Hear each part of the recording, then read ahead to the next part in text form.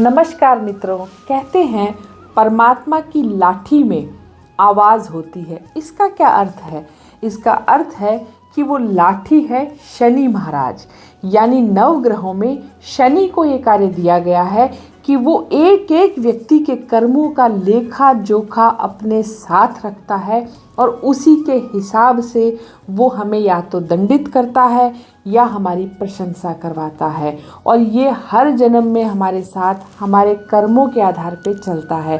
तो आप जानते हैं कि ज्योतिष की इस श्रृंखला में हम बात कर रहे हैं इस साल 30 मार्च 2025 को होने वाले शनि के गोचर की।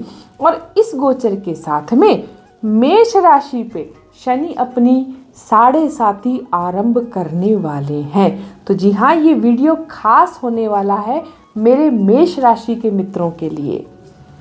मैं डॉक्टर पूजा शर्मा, एस्ट्रोलॉजर, पैरानॉर्मल एक्सपर्ट, आप सभी का अपने इस चैनल पे स्वागत करती हूँ। मित्रों, आप मेरा जो चैनल देख रहे हैं ये सभी इस वीडियो को खूब लाइक करें, शेयर करें और चैनल सब्सक्राइब अवश्य करें। आइए शुरू करते हैं मेष राशि के लिए शनि का जो 7.5 का प्रथम चरण है वो कैसा रहने वाला है। मित्रों, वर्तमान में शनि आपके एकादश भाव में चल रहे हैं और एकादश भाव होता है लाभ का स्थान, ठीक है। और 29 मार्च की रात्रि को ये यहाँ से स्थान परिवर्तन करेंगे और आ जाएंगे आपके द्वादश भाव में, यानी आपकी राशि से 12वें घर में। और देखिएगा, शनि इस घर में पूरे 30 साल के बाद आ रहे हैं आपके इस हाउस में। अब मित्रों, इसको आपको समझना है कि शनि जहाँ बैठते हैं तो वहाँ के स्थान में वृद्धि कर देते हैं। अब 12th हाउस क्या होता है? व्यय हाउस। हम इसको व्यय हाउस भी बोलते हैं। मतलब जो भी यहाँ चीज़ है वो स्थिर नहीं रहने वाली है, यहाँ गति बढ़ जाती है, हवा बढ़ जाती है। तो जो है वो जाएगा, जो आ रहा है वो जाएगा, यानी यहाँ पे स्टेबिलिटी नहीं है इस हाउस में। और शनि आ गए हैं तो वो ये जो स्टेबिलिटी है ये बिल्कुल भी नहीं रहने देंगे। और व्यय, तो व्यय की जब भी बात आती है तो हम सबके दिमाग में क्या आता है? सबसे पहले धन, पैसा, राइट। तो बिल्कुल ये सही है।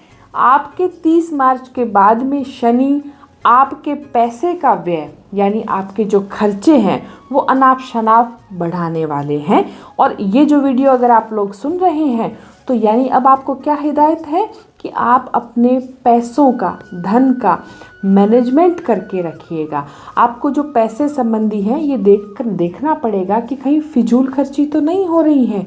कोई बड़ा निवेश करने वाले थे इस साल तो देखिएगा, सोच समझ के कीजिएगा। कहीं निवेश ऐसी जगह तो नहीं हो जाए जहां हमारे पैसों की बर्बादी हो या अनावश्यक कोई लाभ ही नहीं हो आपको।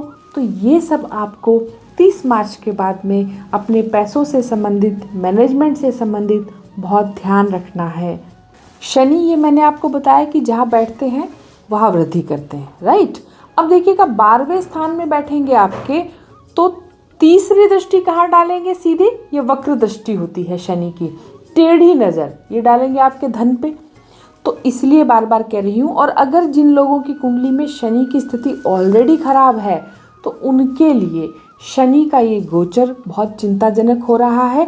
इसलिए बार बार मैं कहती हूँ कि अपनी कुंडली का समय रहते हुए प्रेडिक्शंस करवाइए, ठीक है।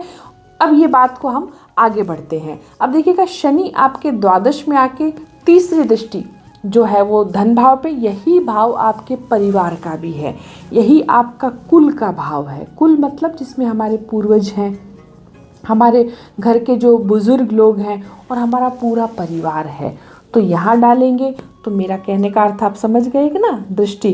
परिवार में कोई मतभेद हो सकता है, मनमुटाव हो सकता है, किसी पैतृक संपत्ति को लेके झगड़ा हो सकता है। तो अब आपको अपने बुद्धि और विवेक से इस मामले को आपको देखना है कि आपको इसमें उलझ के रह जाना है या बड़े धैर्य और विवेक बुद्धि से निकल जाना है। मित्रों, क्योंकि ये भाव हमारे कुल का है तो देखिएगा, जिन लोगों की कुंडली में पहले से ही पितृदोष है तो वो ध्यान रखिएगा। और समय रहते हुए इस साल आप अपने पितृ दोष की शांति अवश्य करवाइएगा, क्योंकि पितरों को यहाँ पे बहुत कष्ट पहुँचाते हैं शनि। मेष राशि के जो अधिपति हैं वो मंगल होते हैं, और मंगल ये देखना होता है कि शनि के जो हैं वो शत्रु है या मित्र हैं। तो मंगल शनि के शत्रु हैं, इसलिए जो जो राशियाँ शनि की शत्रु राशियाँ हैं वहाँ पे शनि अपनी पीड़ा थोड़ी सी बढ़ा के रखते हैं, क्योंकि ये तो प्रकृति का नियम है ना कि मित्र का घर है तो आप ठीक से रहेंगे, ठीक से देखेंगे। शत्रु का घर है या सामने शत्रु है तो आप अपना पूरी एनर्जी से उसे बर्बाद करने में लग जाएंगे। ठीक इसी तरीके से मित्रों ग्रहों में भी होता है। अब देखिएगा, यहाँ आपकी 30 मार्च के बाद में एक तो यात्राएं बहुत बढ़ जाएंगी। ये यात्राएं किसी धार्मिक रीज़न से भी हो सकती है, और धर्म से अगर आप धर्म को बढ़ा लेंगे, धर्म की पूर्वक आप नियम से चलेंगे तो शनि आपको पीड़ा कम कर देंगे। कई बार आप ऐसे देखेंगे कि आपकी फिजूल यात्राएं हो रही हैं, थका देने वाली होती हैं, ठीक है। तो इसलिए पहले ही आप सोच समझ लें कि कौन कौन सी यात्राएं आपको करनी है जिनसे आपको लाभ हो। दूसरा, शनि यहाँ रह के आपकी नौकरी में स्थानांतरण करवाएंगे, और आपका जो जन्म स्थान है उससे आप दूर जाने वाले हैं, ऐसी संभावनाएं ज़्यादा है। अब ये विदेश से भी कोई ऑफर आ सकता है। देखिएगा, जाना आपको क्या है, परिवार से दूर, परिवार से विच्छेद हो, ऐसी कोई चीज़ें शनि लाएगा। लेकिन कई बार ये हमारे लाभ के लिए भी हो जाती हैं। तो हो सकता है कि कोई बहुत दूर से आपको नौकरी का ऑफ़र आए, कोई बिज़नेस का ऑफ़र आए, कोई ऐसा आपका प्रोजेक्ट आ जाए जिसमें आप जाएं लेकिन घर से बहुत दूर जाएंगे। तो मैं कहूँगी कि विदेश बहुत अच्छा ये देखा जाएगा कि विदेश से कोई ऑफ़र आएगा आप लोगों के लिए, तो ये आपकी प्रोग्रेस में बहुत अच्छा रहेगा। इस दौरान आप अपनी सेहत का बहुत ध्यान रखें, खासकर आप अपनी आँखों का ध्यान रखें, और कोई ऐसा मैं कहूँगी कि वाहन आप चलाते हैं तो धीरे चलाएं, क्योंकि शनि ऐसी कोई चोट दे देता है इस दौरान आपके खासकर पाँव वाले हिस्से में, जिसमें कोई रोग या कोई जैसे हड्डी कई बार टूट जाती है, तो वाहन धीरे चलाइएगा। दूसरा, एक मेरी आपको हिदायत है कि यदि आपकी जो संगत है वो कुछ ऐसी है जिसमें नशा चलता है मित्रों के बीच में, तो आप कीजिए मांसाहार और नशा, ये दोनों शनि अपनी साढ़े साथी में फिर उस व्यक्ति को बहुत पीड़ा देता है। तो इस दौरान आप मांसाहार से और नशे से बच के रहें। कोई भी सूखा नशा हो या शराब हो, इस दौरान अगर आप बिल्कुल इनको त्याग देंगे ना, तो देखिएगा कि साढ़े साथी आपकी बहुत आसानी से निकलेगी। एक बात मैं आपसे कहना चाहूँगी कि कई बार हम जबान से शत्रु बना लेते हैं, ठीक है। तो शनि चूँकि जो धन हाउस है ना वही वाणी का भी है, तो जबान से आप कड़वी जबान किसी को ना कहें, जिससे कहीं आप बिना बात के उलझ जाएं किसी कोर्ट कचहरी में या कोई ऐसे समस्या जिसमें आपको ही तनाव चलता रहे।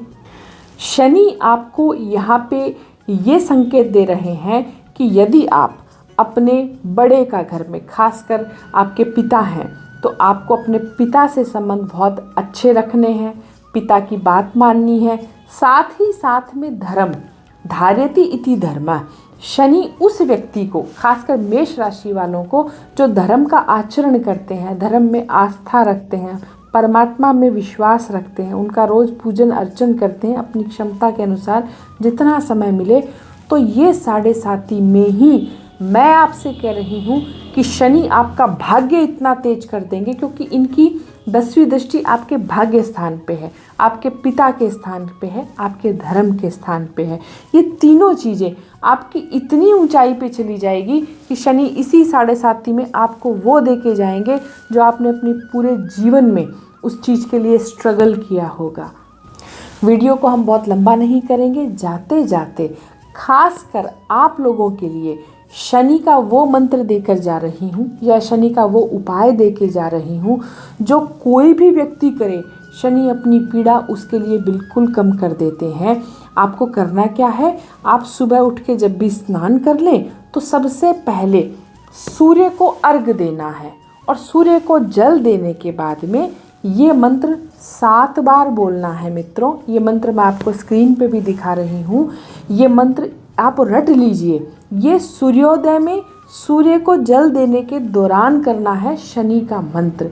मंत्र इस प्रकार है, सूर्यपुत्रे दीर्घदेहो विशालाक्षा शिवप्रिया मंदचारः प्रसन्न आत्मा पीड़ाम दहतु मे शनि। इस मंत्र को आप सूर्य के साथ अर्घ देते हुए 7 बार प्रतिदिन कीजिएगा। शनि की 7.5 कैसे निकल जाएगी, आप आनंद में रहेंगे, मस्त रहेंगे। नमस्कार।